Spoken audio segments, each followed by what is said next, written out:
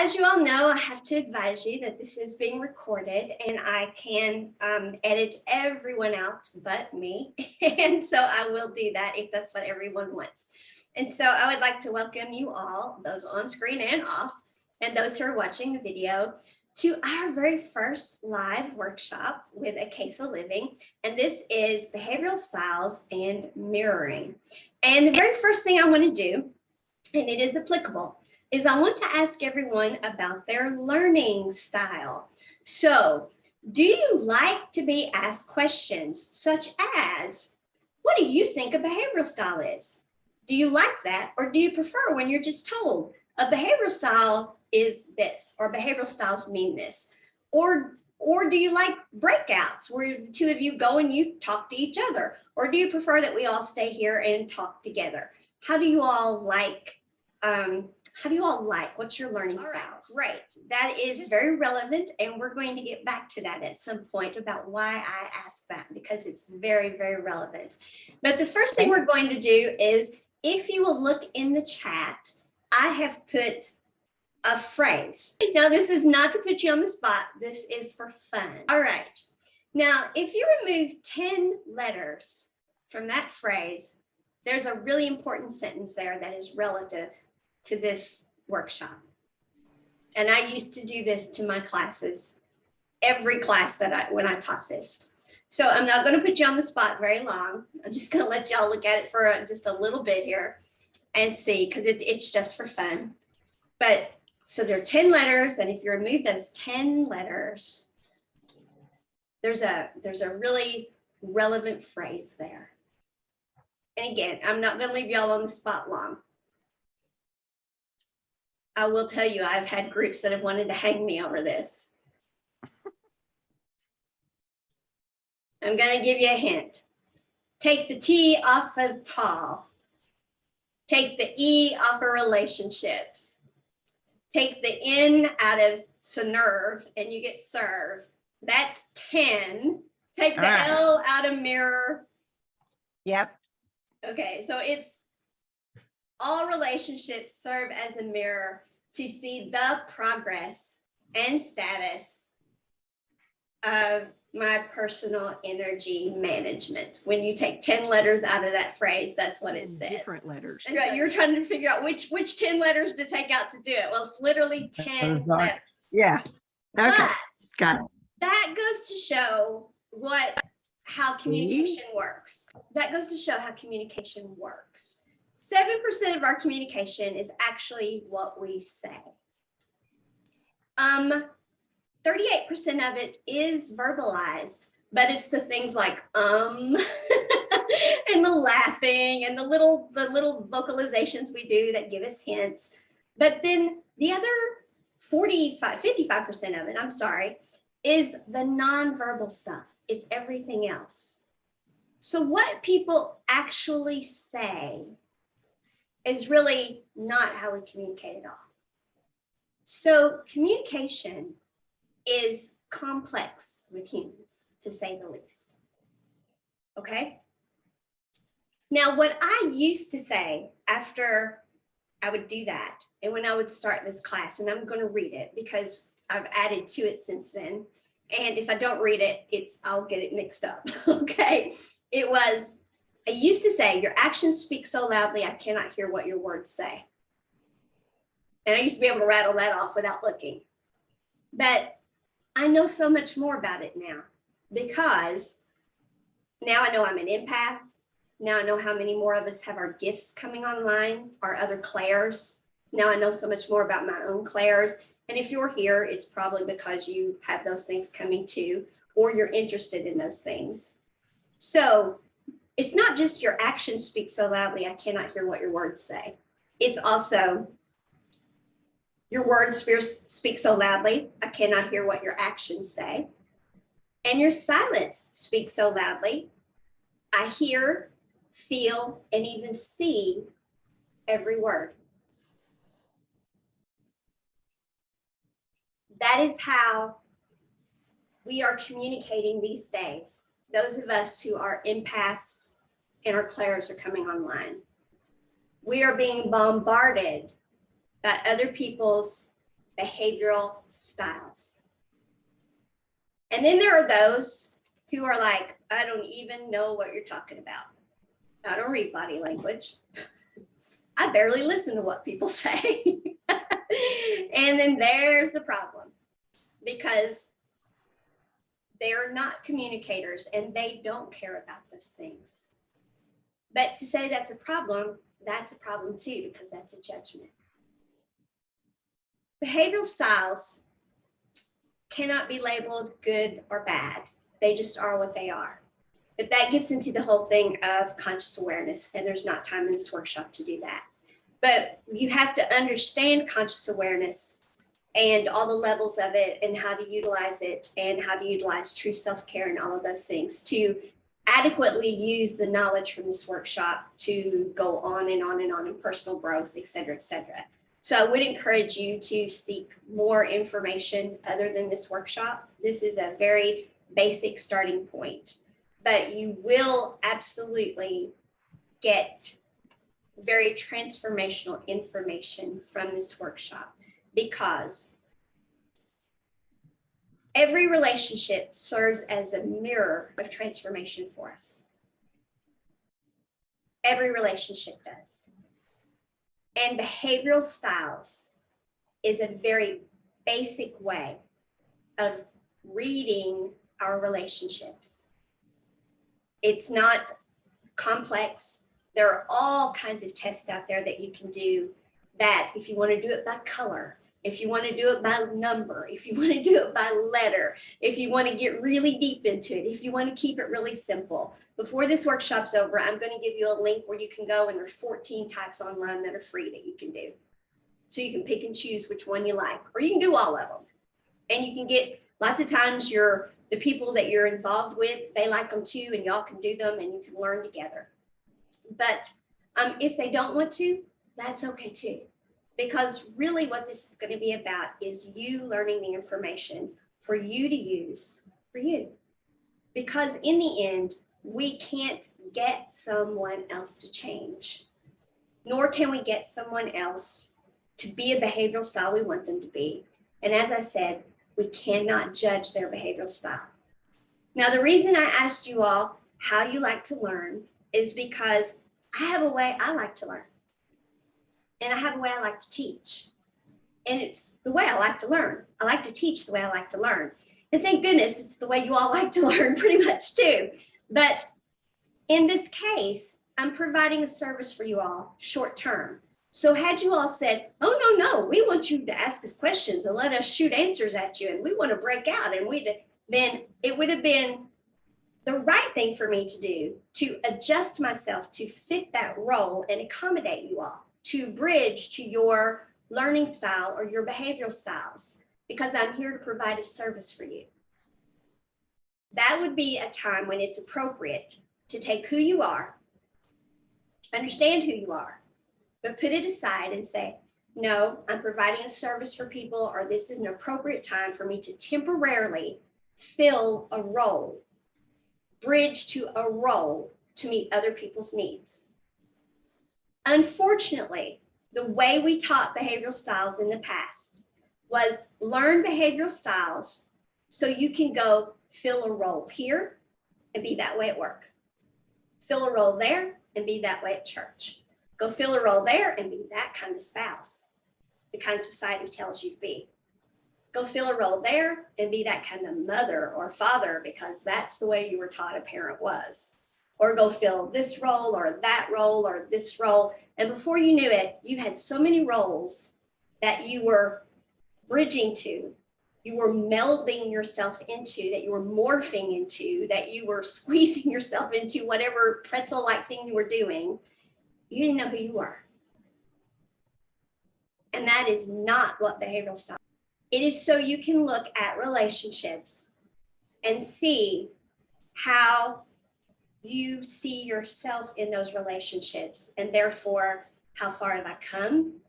What am I seeing about this relationship that is showing me things I need to work on in myself? What am I seeing about this relationship that does not work for me, and therefore maybe I need to back out of this relationship some, or maybe I need to back out of it altogether because I'm not holding my frequency here. I'm giving in, I'm sacrificing me. I'm succumbing to societal pressure.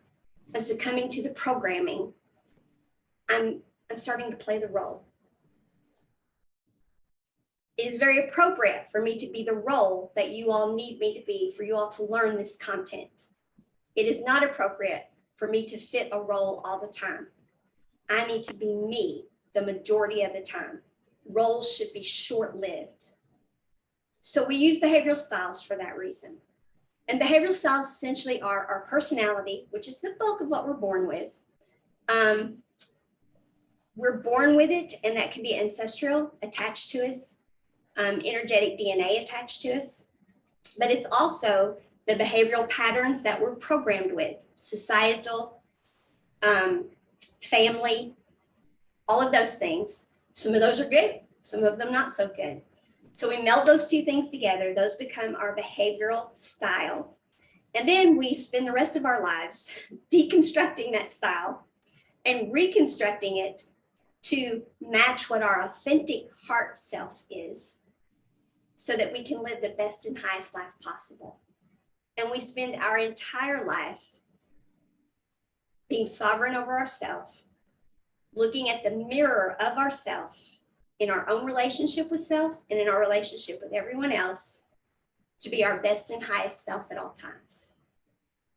Not to look at other people and sermonize or demonize, not to look at them to cause trauma, drama, none of those things. It's never to judge someone else and tell them what they're not doing. It is always to look into a relationship and see, what do I need to do in this relationship? So that is what we're using behavioral styles for. That is the paradigm shift. And that is why we're doing this today. So that is the very short introduction into what behavioral styles are and the paradigm shift of it.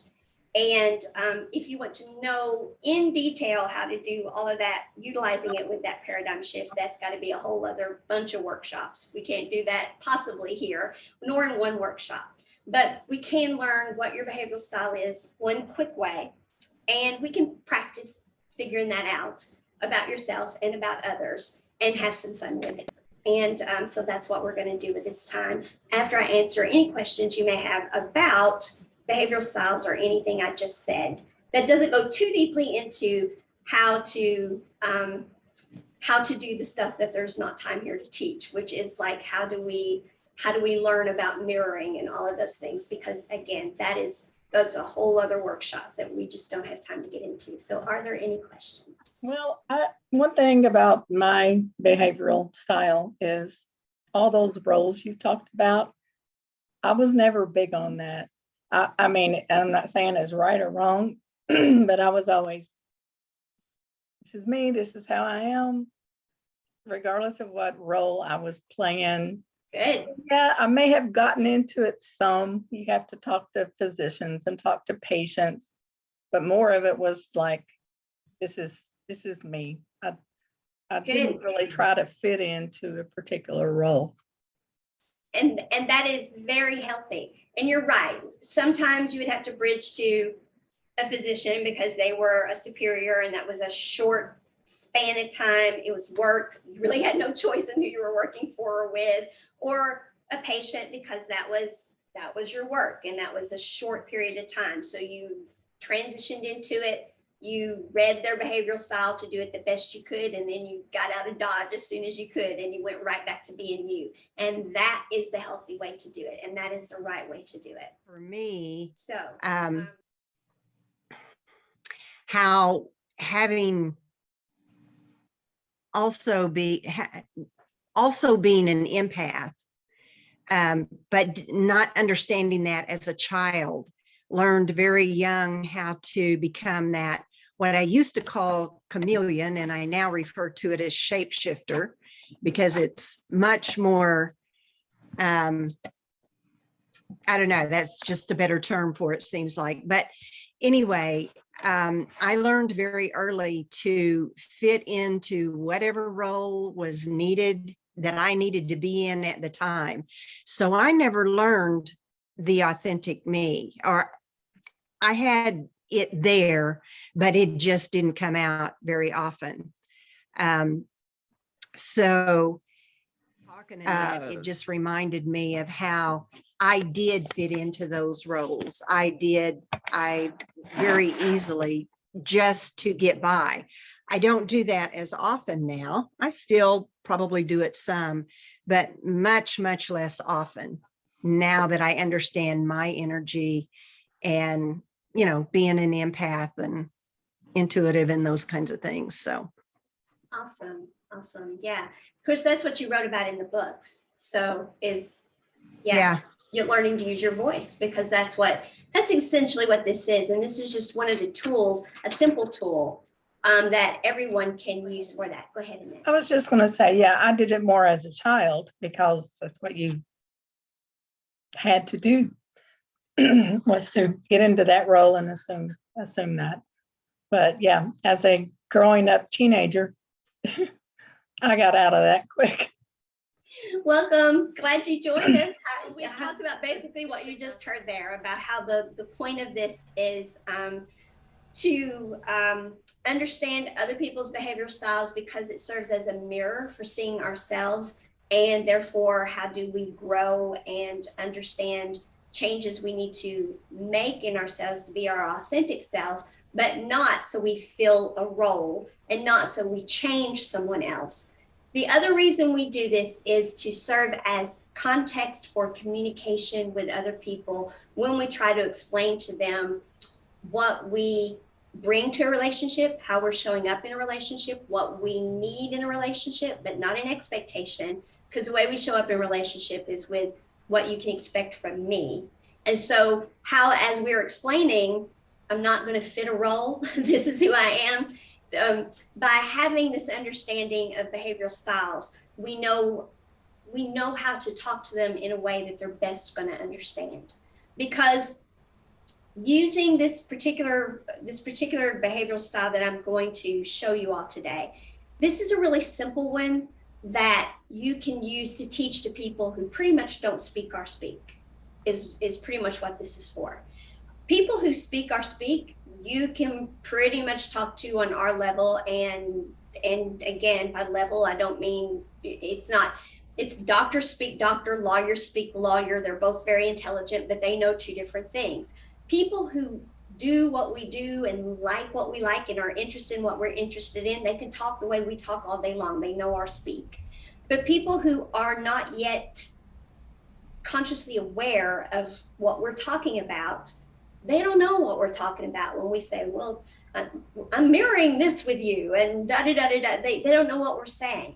But this is going to use some really simple, basic language that everybody out there relates to. And so you can have conversations in this context, and it's not going to be foreign to them. It's going to be, oh yeah, I get what you're saying. Sure. Yeah. And you can have these conversations that way with those people in your life and in your world. And so that's why I like this tool, is because of it's not from our world. It's not our speak. It's in the vernacular of everyone. It's not from the woo-woo world. It's not from that. And so that's why I really like this tool. It's something that, say your mom or dad who's not into this at all, but you have gotten into talking about mirroring and being sovereign over yourself and all of that, and you want to try to have a better relationship with them, and you're trying to explain what you're doing and the changes going on in your life. This gives you context in which to go have a conversation with them and phrase things in a way and describe things in a way, and even tell them what you're seeing between the two of you, the dynamic, in a way that they're going to say, oh yeah, I get what you're saying. It's not in the conscious awareness that we are operating in. It's in that frequency. And that's why I like this one. I've taken this test now since I was 20, well, for 35 years, just about, a little less than, but pretty close to it. And for the first, and I had percentages because I took it a different way than you all, but I'm 42% the first list. I'm 43% the second list. I'm only 10% the third list and 5% the fourth list. And now I'm going to tell you what those lists stand for. This is loosely based upon the DISC profile. DISC is what I used to use with my job. Now, I found this version in a magazine years ago. It's one where they simply took words that represent each one of those traits, and I'm going to tell you what they are in a second, and they listed them, and you just have somebody go down through there and circle the words that they relate to. And it has been remarkably accurate over the years. I've really never had anyone yet that did the little circle test and then took a real test and didn't come up pretty darn close to the same thing. So there is a link I'm going to give you all that you can do a 5-minute version for free. That's what I took here. It is almost exactly what I come up with every time I take the big long version of it that you can take for free. And then the big long version that you paid for, because I have taken this test more times than I can count, more ways than I can count, et cetera, because I taught it for so many years. And so doing it this way, doing it with the links I'm going to give you all, it comes up the same just about every time. The reason I like doing it this way is because you can just about get anyone to sit, and you can do it. This is with 20 words for each one. You can do it with 10. I've done it with 10 before, and it works with 10 too.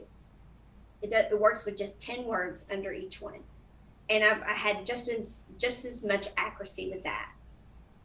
You can just about get anyone who's actually willing to be in a relationship with you, or is in a relationship with you, a parent or someone that is truly, if they're willing to work on the relationship with you, they're pretty much willing to sit down and do something like this with you.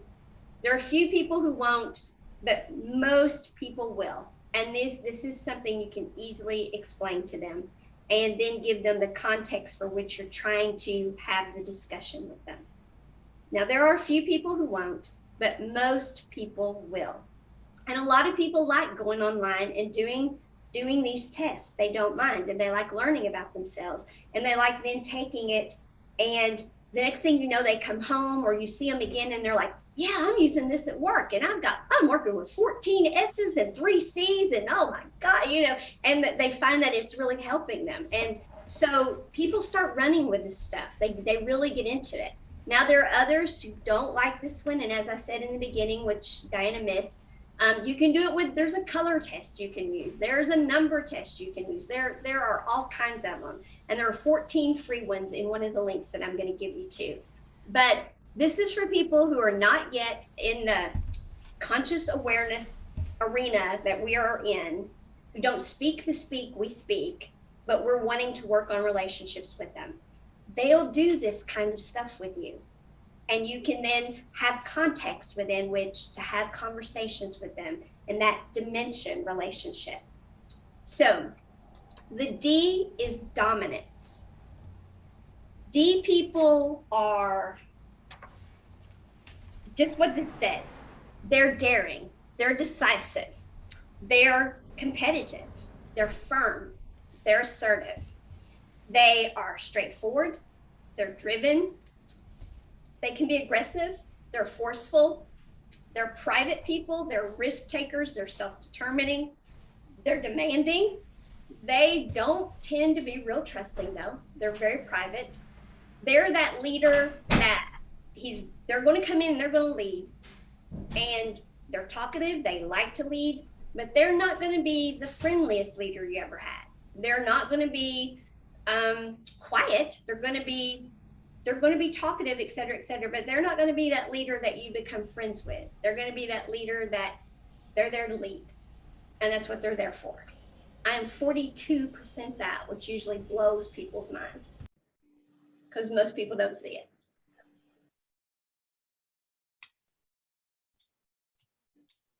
Most people are like, no way. Yes way. Yes way. The I is the influencer. Now there, the D softened up. I'm 43% this. They influence people. That's how they lead people. Instead of coming in and being decisive and demanding, and this is how it's going to be, they come in and they persuade people. They're sociable with them. They're lively with them. They're optimistic. They're charming. They're talkative. They influence them. They motivate them.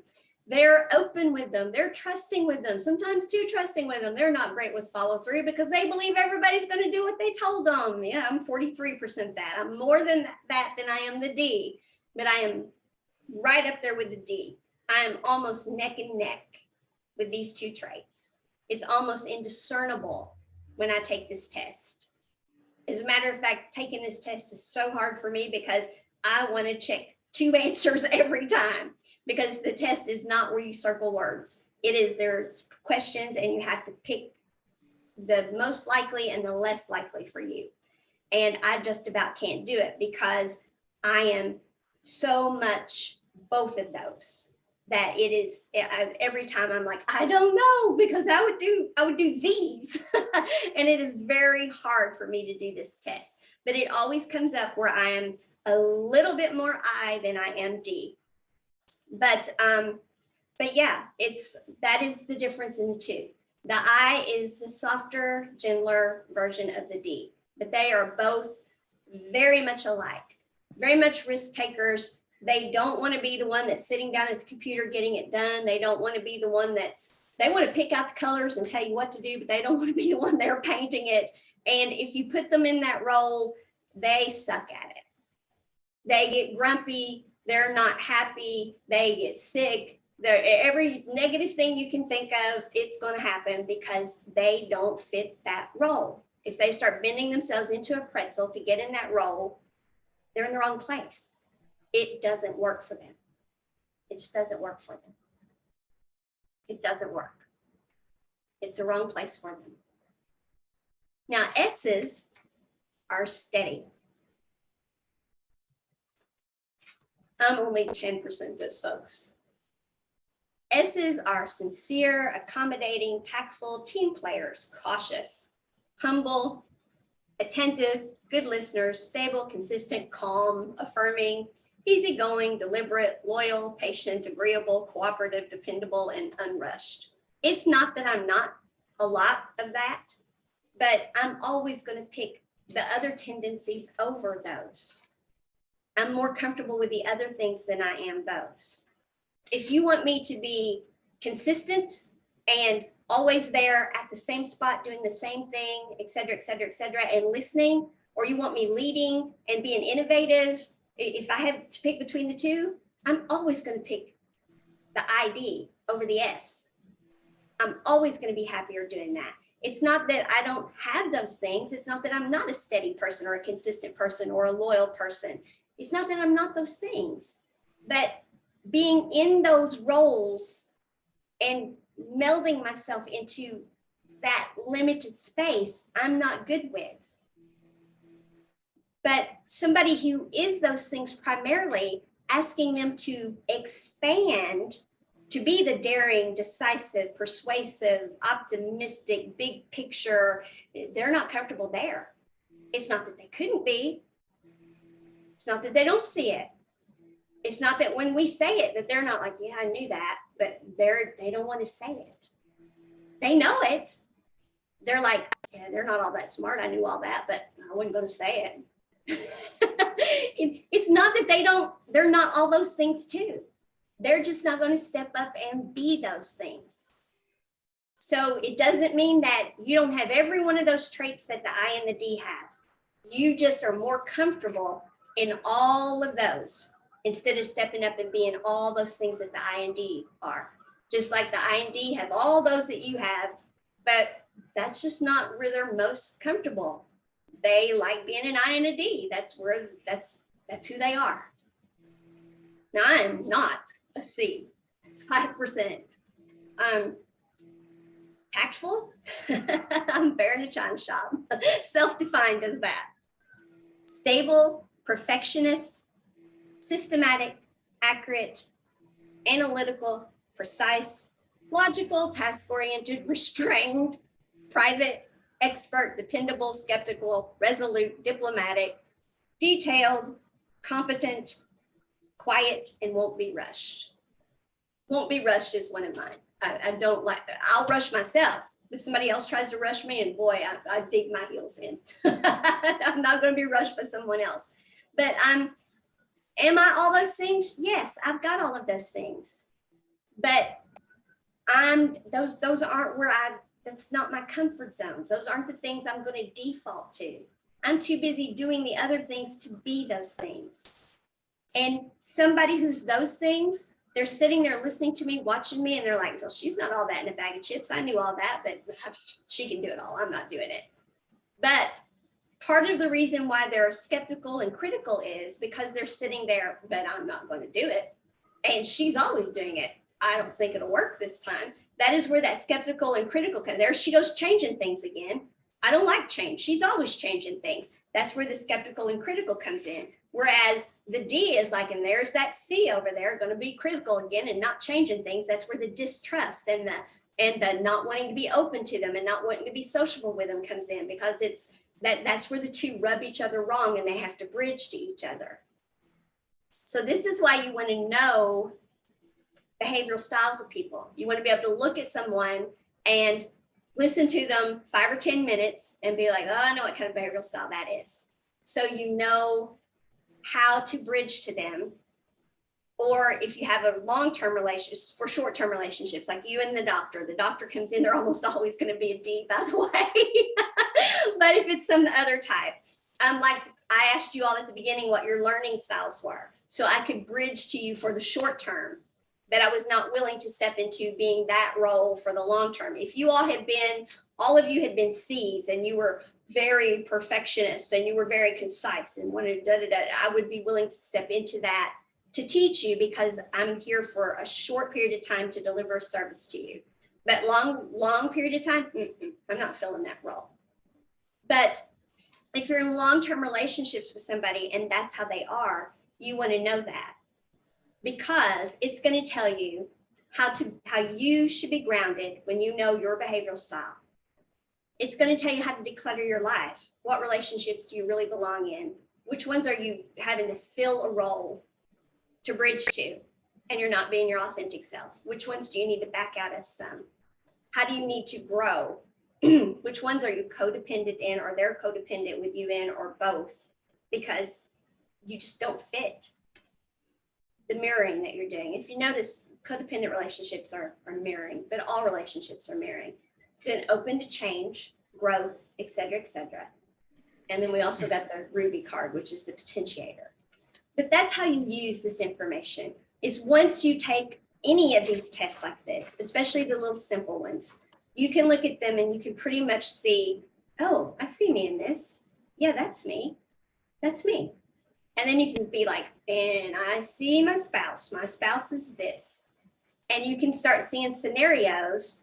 And then you can start not looking at them to sermonize, demonize, dramatize, traumatize, any of those things. But how do I put into context the conversations I need to have about what I'm seeing for me in the relationship that I need to discuss with them? Not what I need to discuss about them to change, but what I'm seeing about me. Because when you discuss you in these terms, that opens the door for them to say, where'd you get that? And then they take the test too, and they start seeing themselves, and they have the context to discuss themselves back in the same way. It gives you teachable moments. It gives you context to do these things in. And if they won't do that, it still gives you words to use. It gives you descriptive language. It gives you things that we're not talking in terms of the kind of words we use day to day with each other. We're using words, that they use all the time. This is vernacular that people use all the time when they're talking about us or whatever. So it's really simple terms. And these are tests that are out there. A lot of people take these with their work. The other day I had lunch with my niece. She talked Briggs-Meyer. She rattled off what her son is, what her husband is, what she is, and how they use it. I just died laughing because so many people use these things with their work, and they know these things already. I had friends that they all knew the color when. I had all kinds of friends that they've done all this through their work. So if you know about these, you can just find out about find out about yourself with it, and you have context within which to have conversations with them to improve relationships by how do I mirror with them. And then I use what they understand to improve the relationship. Like I said, I have a link for 14 different kinds, and they're very popular with people. People like taking these kinds. That is No. And here's the other thing to think of too. These words are subjective. That's the other thing. When somebody tells you they're a perfectionist, perfection to you and perfection to me are two different things. Neat freak True. to me and neat freak to you is two different things. So we always have to keep that in mind too. These things are always subjective, not objective. Well, plus when you were saying the words, some of them applied to some situations and then some of them didn't. So yeah, subjective and situational. Yeah. Right. And that's the problem with the way they will tell you to take the test usually is to tailor them to what role you're filling. But then that's when you get into fitting yourself to a role. So I always teach that you look at how you are as a whole. The test will most of the time not tell you that though, but that's how I tell people to take the test. I used to have people take these tests very specifically. Before DISC now has these tests. If you go to their site, there's a DISC now for everything. If you're a doctor, if you're a lawyer, if you're a school teacher, if you've got an ingrown toenail, okay, it's not that bad, but almost. And when they came out with all of that, I really thought they owed me money because I was having people already do that. I was having people, because what we were doing, we were having them take the just one test for work. And then they were coming back and saying, this is working so well with my job. I want to take it for home. Or we were hearing them say things about their home life. And I was like, let's come do the DISC and let's figure out your home life because it's really affecting your work life. And then they would come in and say, me and the pastor can't get along. So we'd take the DISC about that. And so the next thing I knew, DISC was doing tests for every profession, et cetera, et cetera. And I really felt like they owed me money for that, to be perfectly honest. Of course, I'm sure everybody was doing it. But then later on, I concluded that was the wrong way. It shouldn't be per role. It should be, what is our overall behavioral style? And then be sure that who we are, we've got the right roles in our life. So, but there is some degree of that because as I said at the beginning of this, yes, if I'm going to be teaching you all, and most of you are learners who want to do breakouts, I'm not a teacher who likes breakouts because I don't like to learn that way. So I don't usually do that. But if that's how you like to learn, then for that short period of time, that is what I should do. I should go into that role and be that kind of teacher to accommodate the people that I'm teaching. But that doesn't mean I change who I am. And so the fourth group, what did you call it? Title that one? Conscientiousness. Oh, okay. Steadiness and conscientiousness. I would, yeah, you're an IS. When I first started taking this test, I was an IS with a very high D. The very first time I took this test. And I looked at it and I didn't want to be that because I was getting walked all over in my job. Mm-hmm.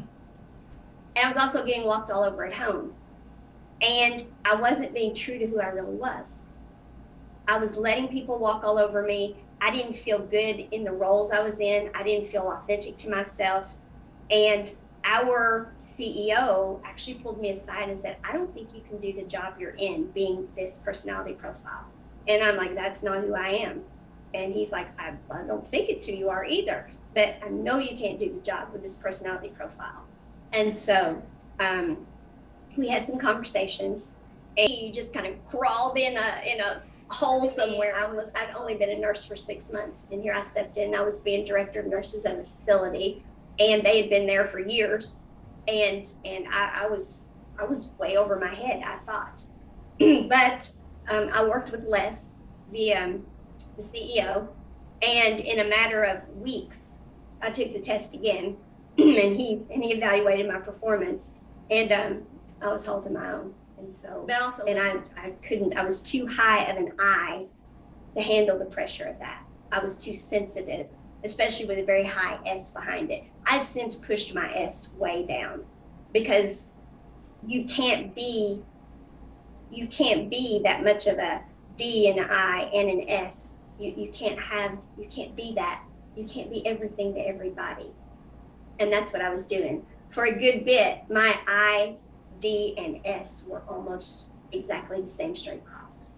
And when that happened, Les was like, you're going to kill yourself doing this because now you're everything to everybody. You're doing all of it. And I'm like, I know. So I used this test to decide what personality traits I had that I wanted to let shine and which ones I didn't. Essentially, I used this to mirror myself and decide how I wanted to grow with my sovereignty of self.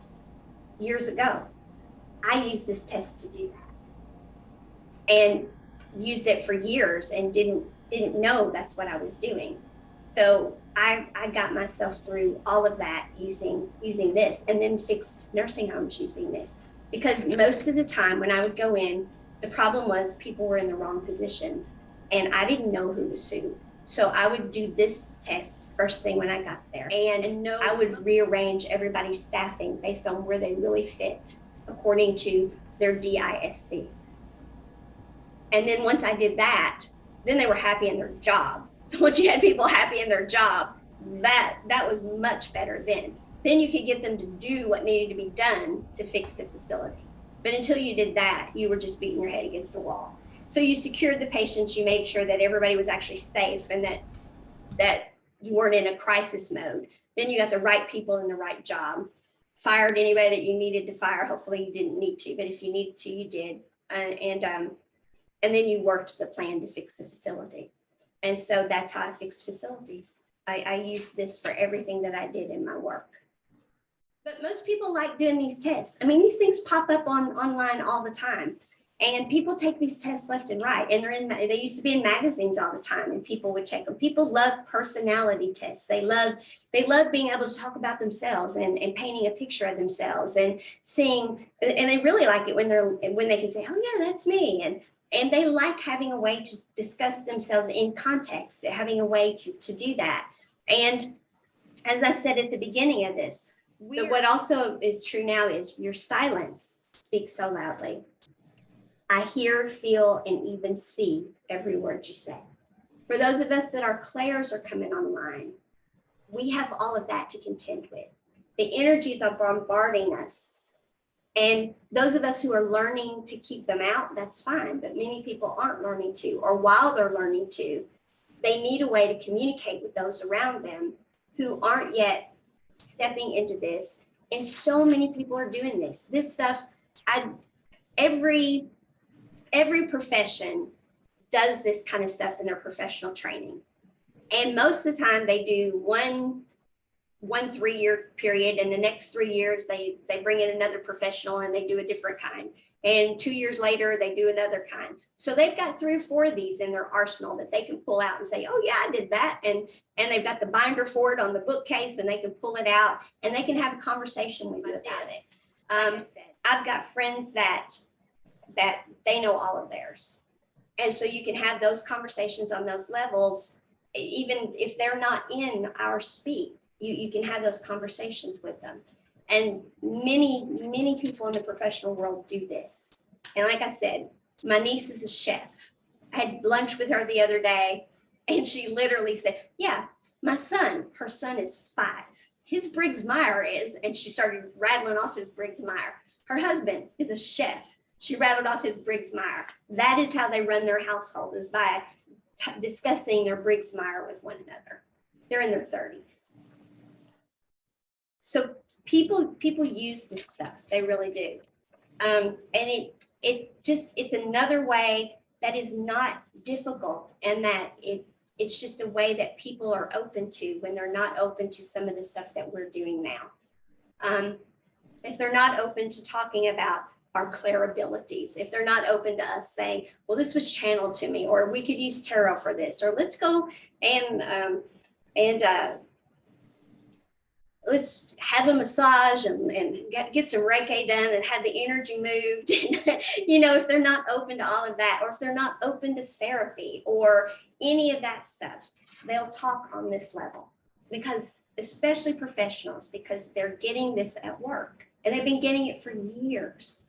This was 35 years ago, and this is still going strong. And the stuff is online free. So it's very available. And we can take it and adapt it in our world with no problem. They've already heard about it. They already know about it. And even if they don't like it, it's not foreign to them if you bring it up. They're like, oh yeah, I know what that is. I know what that's about. And so at least you're talking in context of something they understand. Whereas if you try talking about it in some of the terms we use and the touchy-feely stuff and all of that, they don't relate to it. So this is a way of bringing it to a language. It's a way of finding commonality in language in that dimension relationship that we didn't have before. And it's a way of bringing it to a quantified conversation instead of just all subjective. Most people find this stuff to be quantified when you can say your D, your I, or if it's a Briggs-Meyer, your whatever those numbers are that people use, or if it's the color test, you're primarily a whatever the color is, and I'm primarily a whatever. People see that as quantified. Like what you're doing now. What is it you're doing? Human design. Human design. People see that as quantified. But if people aren't there yet, or not willing to go to a human design yet because they're not in that level of consciousness yet, but they're already doing this and it's all over the internet, it's free, and they've done it at work already. This is kind of their precursor to all of that, is kind of what that is. And so it's out there in it's in the vernacular already as so many people. So it's available to us, and it's not hard to do. It's really not. Once you play with it a little bit, I know we just threw it out there today, but if we played with it a little bit, you all know me well. If you looked at those letters a little bit and thought about it, I'm definitely an I. And Annette's known me long enough to know I've definitely got a high D. I think anything that gives us the opportunity to create more awareness for ourselves and about the people that we're in relationships with is a bonus, you know, and if it's something, you know, the beauty, as you said about this one, is simple as any other professionally based personality test, is that they're accessible and people do them because they probably because they have to, right? But even if they have to, it still provides them some insight into themselves. So I think that's really valuable. Yeah, that's the value. That's the most value I see from it. But it definitely gives you another simple quantitative way, and just one of them. There are many of them out there online, free, and that people are already aware of, but just don't think of because they're old school. And they're not in our world. People don't talk about them in our world, but they're used all the time still, and very recognizable, and have been used for years. So they're very valid. And so let's use them. We need to have conversations with people that are still thinking this way and talking this way. They're not talking like we are. So let's use what they're saying to quantify conversations, to give context to conversations we're needing to have with them. That's the point. Work, you know, Right. and that type of thing, and not so much and using it personally. So I can see where it is, you know, could be very helpful. But yeah, my experience with this type of thing is basically, you know, from work. That was kind of the exception. I used it at work, and then when I saw how successful it was at work, I had people start using it for their home lives because I used it for my home life. I hid from work. I hid at work from home because home was so bad. And so once I realized, okay, I fixed my work issues there, maybe I could fix home that way. Finding my voice by saying, no, that's not who I am. I realized I took the test. Seriously, I took it from, to be perfectly honest, who do I want to be? How do I want to feel? What do I want to experience? What do I know is true about me? I really took it from that standpoint. Didn't know what I was doing, but that's what I did. I mean, I didn't realize that what I was doing is what I was going to be doing now, that I did that then. And I would say that to people. Take it from where you want to get to. What do you want to grow to? What do you want to reach? Take it from that standpoint and then bridge to that, grow to that. That's what I would tell people to do. And that's what I did. It ended up divorced, but that's what I did. And so, and I taught people to do that. I had people taking this test, helping them learn to grow themselves into the person they wanted to be. I had people that were complete D's at work, that were impossible to work with, that were about to lose their jobs, that I taught them how to bridge to be an I so they wouldn't lose their job. I had people that their marriages were in trouble, and because they were complete S's and never spoke up for themselves. And so I taught them to do what I was doing. I was using this in personal ways outside of work a lot. And so that's why I believe in them so much, is because you can get people to talk in these words and think in these terms when you can't get them to do what we're doing. Yet it works, absolutely works with what we're doing, because it's what we're doing. And so you don't ever have to get into the empath stuff and the clairs and all of that. Yet so many people are experiencing those, that if they're not willing to talk about them, once you get them started on this, then they'll start saying, well, you know, I'm feeling this. They're going to open up and start talking about their clairs too, if they have them, you know. So it's a door opener. It's a door opener, but especially for people who are familiar with them, because many chronic pain people are actually empaths. So you can talk to them and have them use what they know about this kind of stuff to quantify their conversations about the things they've learned as empaths with people who don't speak to speak. So the first one takes you straight to the DISC test that I took that gave me the percentages. It's like 5 minutes to take, unless you have so much trouble picking between two answers. And then the one that's Blog HubSpot has 14 different free tests you can pick from that you can point people to. That, like if their husband took a Briggs-Meyer, say at work, they can take a Briggs-Meyer in themselves, so they then have apples to apples to use. Or if they don't like DISC and they want to use the color one or whatever, I think the color is there. There's a numbers one. There's all kinds. My friend Kathy loved the color one. She really wanted me to get into it. I had just used DISC for so many years. I never used the color. So with chronic pain people, the ones who knew the color test, because we use this a lot with FibroLife because so many people were familiar with it. So people who had used the color test, Kathy talked color with them. And for people who knew DISC, I talked to DISC with them. And it gave us context to discuss how to deal with chronic pain and how to talk to their family about chronic pain, et cetera, et cetera. So I actually use this with FibroLife too. The same way, just what I'm describing now. I did the same thing with it. It gave us context to discuss with family members who didn't understand chronic pain, our side of what we were feeling, thinking, and going through. Because, okay, that's C. They're not going to get it from an I point of view. So how will they get it? How do I bridge to them? How do I explain to them? For people who want simple tools that they already have at their disposal that are quantitative, easy to use, free, and they already are familiar with, these are them. These behavioral style tools are those. So, and they're out there. People have got them at their disposal, already used them, and aren't thinking about them in this way. They're just